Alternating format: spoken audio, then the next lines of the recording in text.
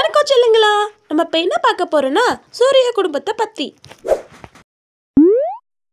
சூரியனையும் சூரியனை சுற்றியுள்ள கோள்களையும் சொல்வதுதான் சூரிய குடும்பம். கோள்கள் கோள வடிவில் இருக்கின்றன. நமது பூமியில் மட்டுமே உயிரினங்கள் வாழ்கின்றன. கோள வடிவல் பொருட்களில் நம்மால் நிற்க முடியாது. ஆனால் எப்படி நம் பூமியில் நிற்கிறோம்?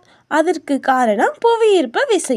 புவியீர்ப்பு விசை என்பது ஒரு பொருளை மேலே தூக்கி போட்டால் கீழே சடார் என்று வந்து விழுகிறதல்லவா.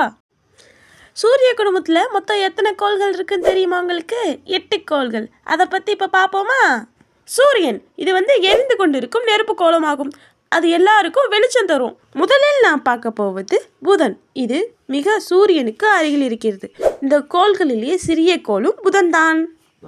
இரண்டாவதாக நம்ம என்ன பார்க்க போறோம்னா வெள்ளி. இது மிக வெப்பமான கோளாகும். இது சூரியனை இடஞ்சூழியாக சுற்றி வரும். மூன்றாவதாக நம்ம பார்க்க போவது பூமி.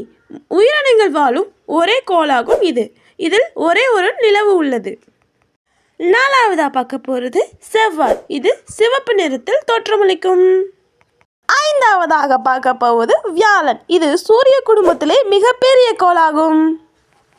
ஆறாவதாக பார்க்க போவது சனிக்கோள். இந்த கோள்களிலே வித்தியாசமான கோள் கொண்டது. இதில் சுற்றி ஒரு வளையம் உள்ளது.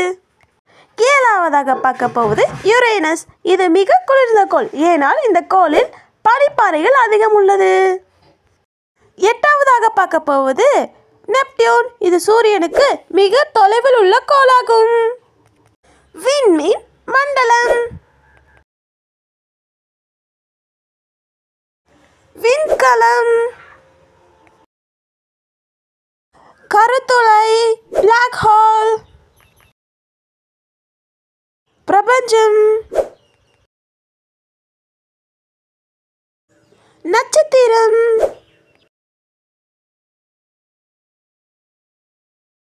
விண்கற்கள், வால் நட்சத்திரம். நன்றி செல்லுங்களா. நம்ம நாளைக்கு பார்ப்போம். பாய்.